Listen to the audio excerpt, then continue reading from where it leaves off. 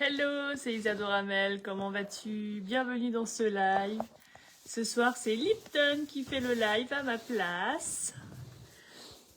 Je sais pas ce qu'il va te raconter, hein. Qui gros loulou. Ça, c'est Lipton. Voilà, c'est gros Lipton, il va faire le live. Alors, j'espère que tu m'entends bien, que tu l'entends bien. Gros Lipton, c'est un des animaux tests dans le cursus des communications animales. C'est mon gros loulou qui va avoir 9 ans, qui est un gros nounours d'amour, qui travaille beaucoup dans l'astral et dans l'énergétique. Et c'est aussi un de mes animaux tests pour les cursus et pour les stages quand il le souhaite. C'est pas une obligation pour lui, c'est lui qui décide. Il adore ça, mais des fois il est fatigué, alors il ne le fait pas. Et quand c'est comme ça, on prend un autre animal de la maison qui est ok. Mais bien souvent, il est ok pour le faire. Oh là, il a les yeux rouges, il a pris... Il a été dans le foin et dans la paille, là, et les chevaux sont partis au pré, et du coup, ils squattent leur box dans la journée. Et du coup, gros loulou, avec le foin et la paille, là, il fait des petites micro-conjonctivites, là. Du gros nounours d'amour. Les gros bouviers bernois, c'est juste génial comme chien. C'est la race que je préfère, c'est mon deuxième bouvier et je crois que je n'aurai pas d'autres chiens que des bouviers. Ce sont des chiens qui sont d'une gentillesse, mais phénoménale. C'est des gros nounours d'amour qui travaillent, enfin puis lui il est juste splendide.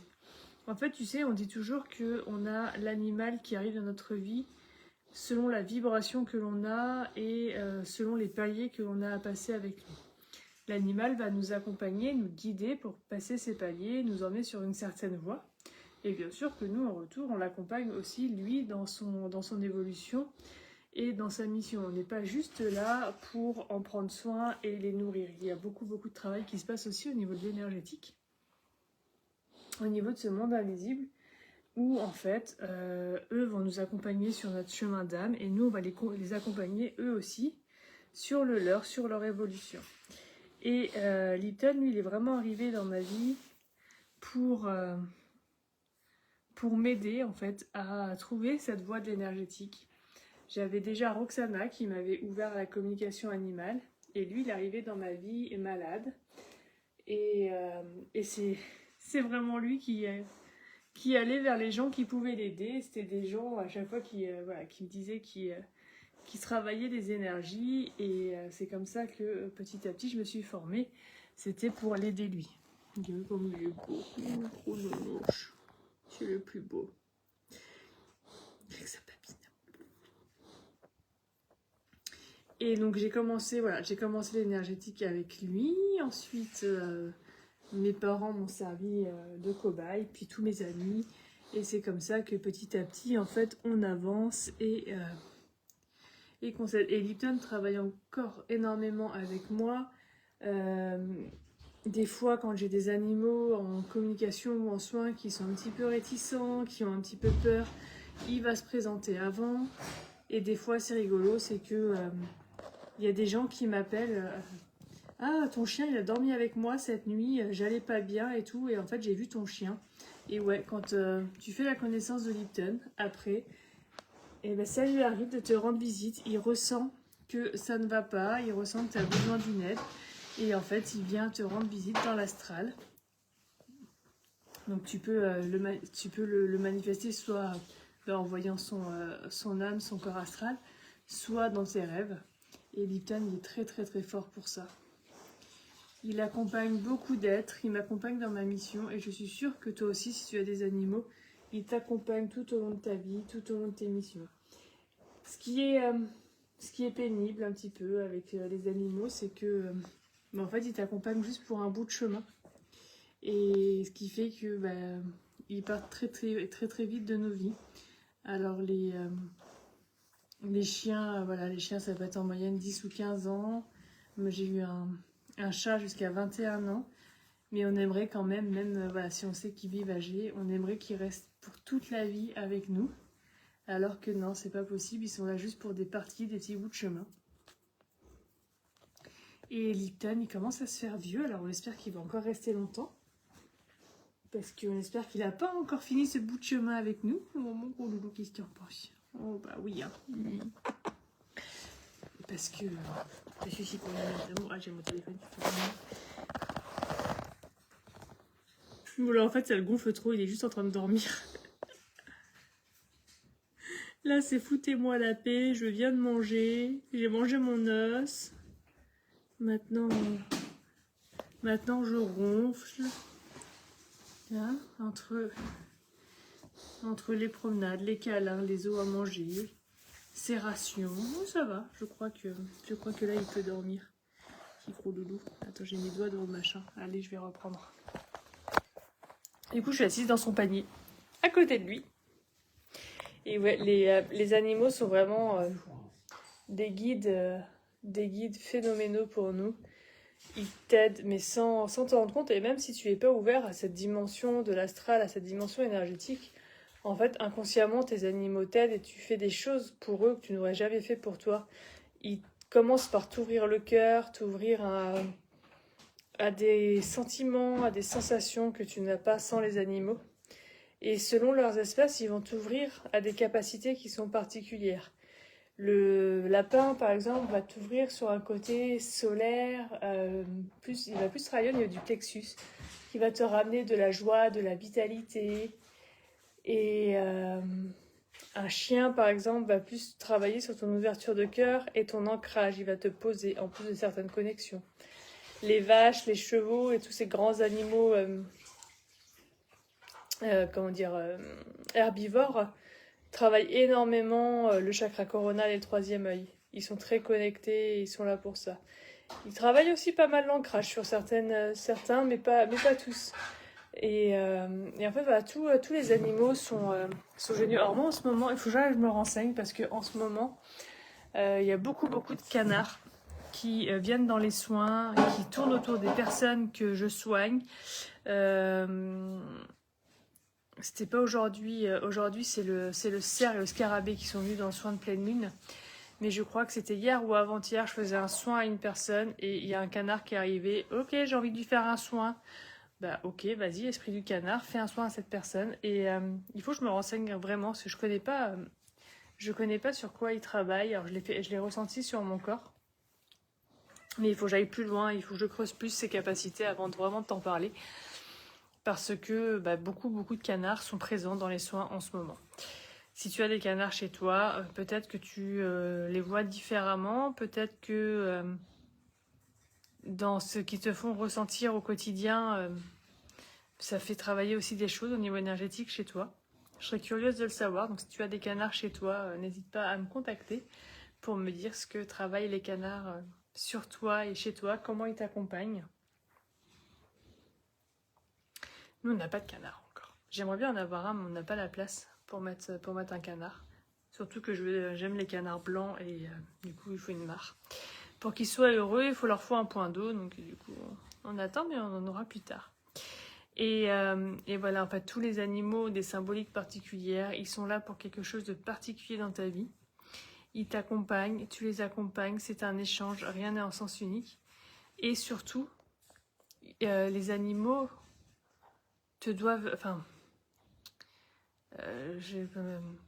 les animaux te doivent rien en retour. Il y a beaucoup de personnes qui pensent que les animaux leur doivent des choses en retour parce qu'ils sont logés, nourris, blanchis, éduqués, aimés par l'être humain. Et donc, en contrepartie, l'animal peut bien sauter des obstacles pour un cheval, même s'il n'en a pas envie, faire de l'agility pour un chien, même si c'est pas son truc et qu'il n'en a pas envie. Voilà, parce que le maître, le gardien, en a envie, lui. Donc l'animal serait, entre guillemets, obligé de le faire en contrepartie de l'éducation et du nourrissage, du fait qu'il soit recueilli chez l'humain. Mais ça, c'est totalement faux. L'animal te doit rien du tout en retour.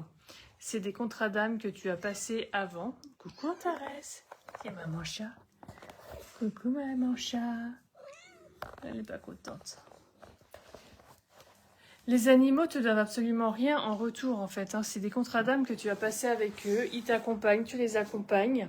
Et dans ce contrat, bien évidemment, c'est écrit que l'animal, tu dois le loger, le nourrir et l'aimer du mieux que tu le peux, du mieux que voilà, du mieux possible pour lui également, parce que ils n'ont que toi. Ils ne peuvent pas se débrouiller tout seuls dans ce monde. Et c'est vrai que... Mais regarde, qu'est-ce qu'il devrait me devoir, ce loulou? Hormis me demander plus de bisous et de câlins. Petit loulou, il est pas content. Parce qu'il y a les petits chatons qui sont en train de râler. Il y a Antares qui est là parce qu'elle est en chaleur et elle veut sortir. Et du coup, lui, c'est le tonton des chatons. Et quand il entend les chatons râler, il veut absolument aller les voir. Oui, c'est mon nounours. C'est mon oreiller. C'est le meilleur des oreillers possible. L'hiver, c'est un super plaid aussi. C'est une super couette. Il est super chaud. Il est super doux. Et je suis sûre que je pourrais faire des pulls avec ses poils. Si je le voulais. Mais gros nounours. C'est le meilleur des gros nounours du monde. Et donc oui, je disais, les animaux te doivent rien en contrepartie de ce que tu as déjà signé en fait avant même qu'ils arrivent dans ta vie, qu'ils arriveraient dans ta vie pour telle et telle chose et tu les accompagnerais eux aussi. Donc c'est vraiment un échange d'amour inconditionnel, c'est vraiment quelque chose, une écoute, une entraide, un accompagnement one-to-one. C'est lui et toi et lui et toi et lui. C'est pas juste lui pour toi. Et toi pour lui, c'est vraiment de l'accompagnement mutuel de l'un et l'autre. Tu peux voir ça un peu comme du coaching où un coup tu es coaché et un coup tu es le coach. Donc un coup, je parle toujours au niveau énergétique et astral, hein.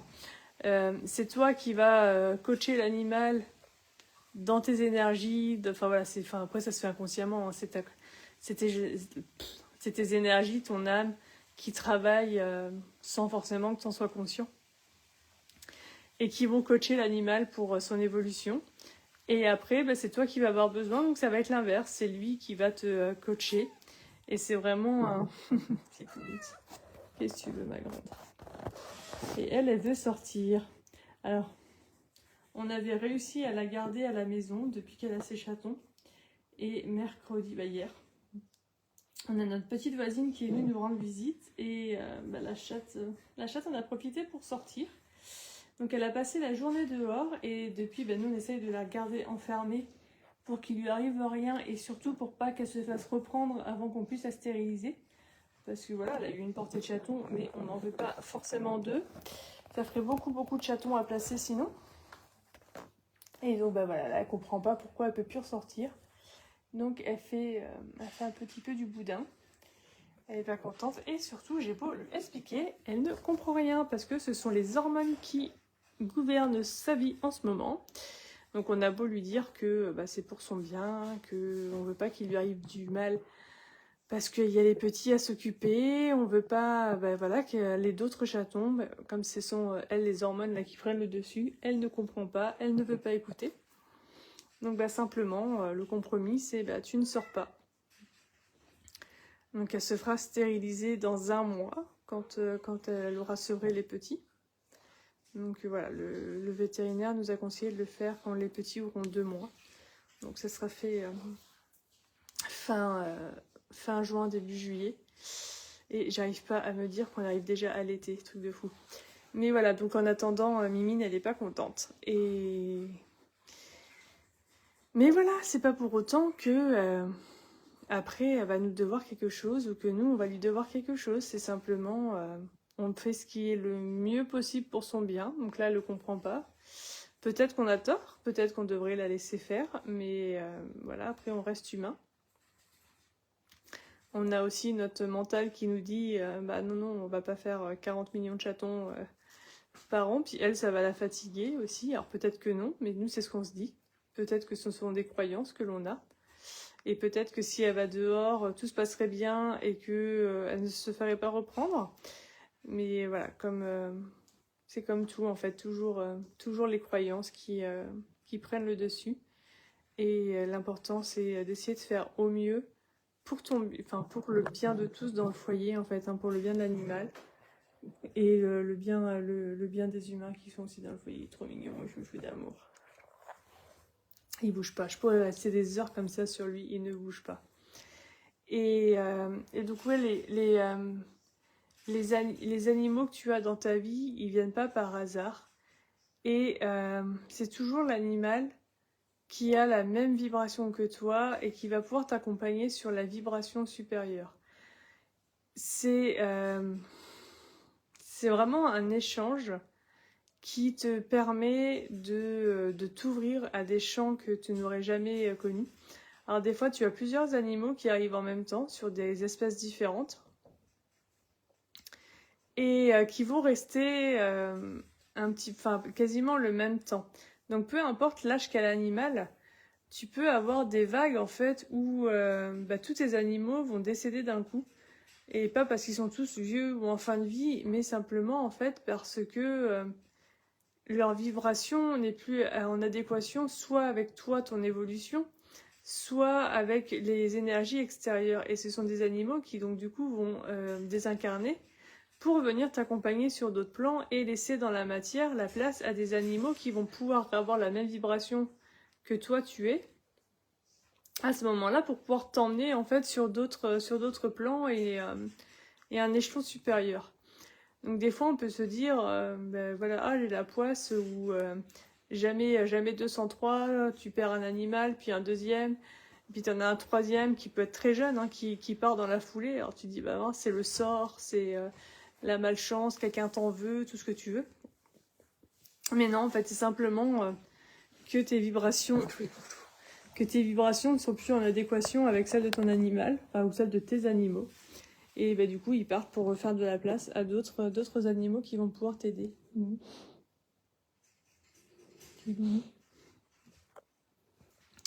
Et c'est souvent comme ça, où en fait, les animaux arrivent par vagues. Tu as des vagues d'animaux qui vont rentrer dans ta vie, des vagues d'animaux qui vont en sortir. Et des fois, pendant 5 ans, 6 ans, 10 ans, peut-être 20 ans, ça sera toujours les mêmes animaux qui seront à tes côtés. Ça dépend vraiment de l'évolution de chacun, des contrats d'âme remplis par chacun, de tes liens d'affinité avec eux, avec ce monde animal, et comment tu peux créer avec eux. Nous, en ce moment, à la maison, on a beaucoup d'animaux, et je sais que j'ai un projet d'ouverture de lieux avec des animaux et qui allierait en fait pension équestre, nouveau monde et lieu de retraite spirituelle au sein de la médecine des animaux. Sauf que avant d'avoir les animaux, je voulais avoir le lieu de façon à faire ça bien, tu vois, comme un humain le fait avec son petit mental. C'est d'abord on regarde où est-ce qu'on peut faire le projet, et après on fait on fait des plans, on regarde. On voit si les terrains que l'on trouve sont constructibles, et puis on fait tout dans un ordre. Et une fois que tout est fait, que tout est installé, on implante les animaux sur place. A priori, l'univers a décidé que chez nous, ça serait l'inverse. C'est que les animaux arriveraient avant le lieu, parce que ce sont les animaux qui vont créer le lieu. Je ne sais absolument pas comment, mais comme je te l'ai déjà dit, en fait, moi, le comment, c'est pas mon problème. C'est eux là-haut qui se débrouillent, je leur fais confiance. Moi, je sais pourquoi je le fais et pourquoi je veux le faire. Pourquoi je mets ça en place. Qu'est-ce qui m'anime pour ce faire. Mais c'est juste que l'ordre qui définissent là-haut n'est pas forcément l'ordre que toi, petit humain, tu as envie de faire. Donc tu peux avoir l'impression que c'est le bordel, que c'est le chaos, mais non, il faut faire simplement confiance. Donc là, tu vois, on a 4 lapins. On a les 5 petits chatons en ce moment. Alors, il y en a 2 qui sont pré-réservés, mais il reste... Alors, il y en a un sûr qu'on garde, mais voilà, il en reste 2 à placer. Et du coup, on a les 2 chats adultes, on a les poules, on a les chevaux. Là, je suis en train de voir, parce que j'ai eu un coup de foudre pour une petite jument que je monte dans mon centre équestre. Et du coup, je suis en train de voir pour pouvoir la récupérer à la maison, parce que je l'aime trop, cette petite louloute. Enfin, c'est vraiment... il y a vraiment un truc qui s'est passé entre nous deux. Et donc voilà, j'attends pour voir si elle va arriver dans notre vie ou pas. Un peu plus qu'elle ne l'est déjà. Et ça serait super chouette. Et voilà, en fait, du coup, on a en ce moment beaucoup d'animaux. Il y a eu une période où on en a eu moins. Et là, ce que j'entends là, en même temps que je te dis ça, c'est « et c'est pas fini ». Donc on va voir. Mais quand c'est comme ça, en fait, enfin moi je fais vraiment confiance à l'univers. Et dans mes demandes que je fais, simplement, je fais la demande que c'est ok pour moi d'avoir les animaux, voilà, avant le lieu et tout ça, mais tu fais en sorte que j'ai toujours les moyens de subvenir à leurs besoins, tant du point de vue soins quotidiens et soins usuels, que s'il y a un pépin, que je puisse avoir le financement pour payer les soins. Parce que c'est hors de question que je ne fasse pas de soins à un de mes animaux, sous ce prétexte-là. Donc là-haut, voilà, ils se débrouillent et en général, ça se passe bien. Il n'y a jamais de couac. Je te laisse, mon chien. Il m'en peut plus.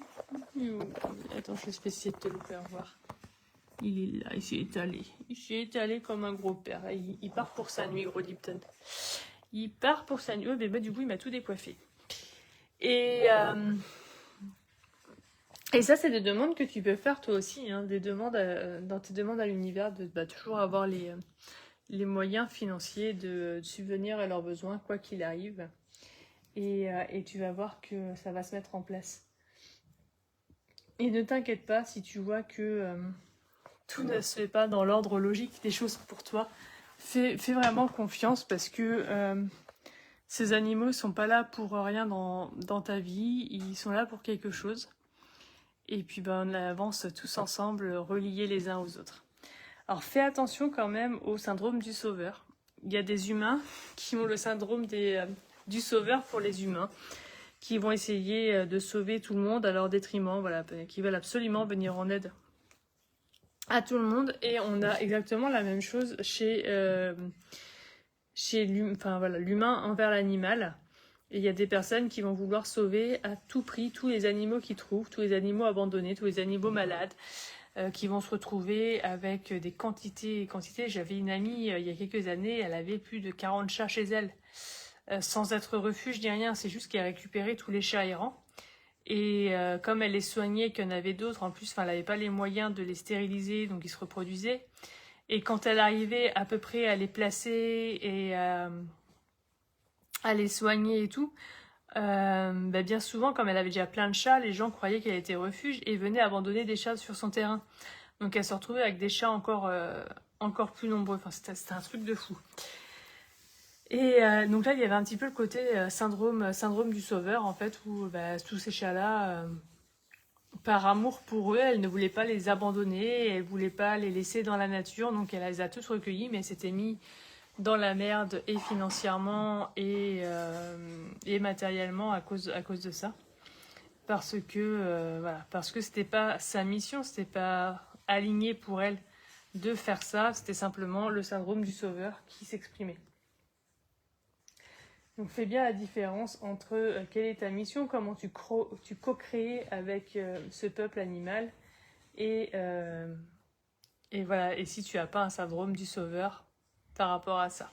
On peut les aider, on peut les accompagner, on peut les guérir, mais par contre en aucun cas on devient leur sauveur. Crolipton, il est mort. Allez, je te remonte Crolipton parce que j'ai envie. J'ai envie que tu passes la soirée avec Lipton aujourd'hui. Je sais pas pourquoi. Si ça se trouve, il travaille sur toi en astral en même temps. Hein. Donc si tu rêves de Lipton cette nuit, ou dans les nuits prochaines, c'est normal, c'est qu'il a peut-être travaillé sur toi.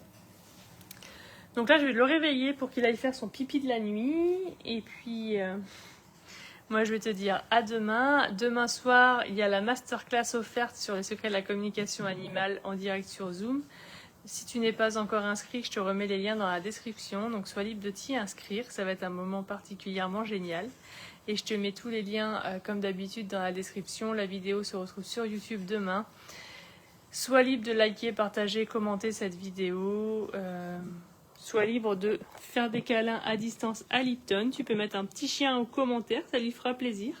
Un petit chien et un petit cœur pour Lipton en commentaire. Et Lipton, il va te dire ciao, bye!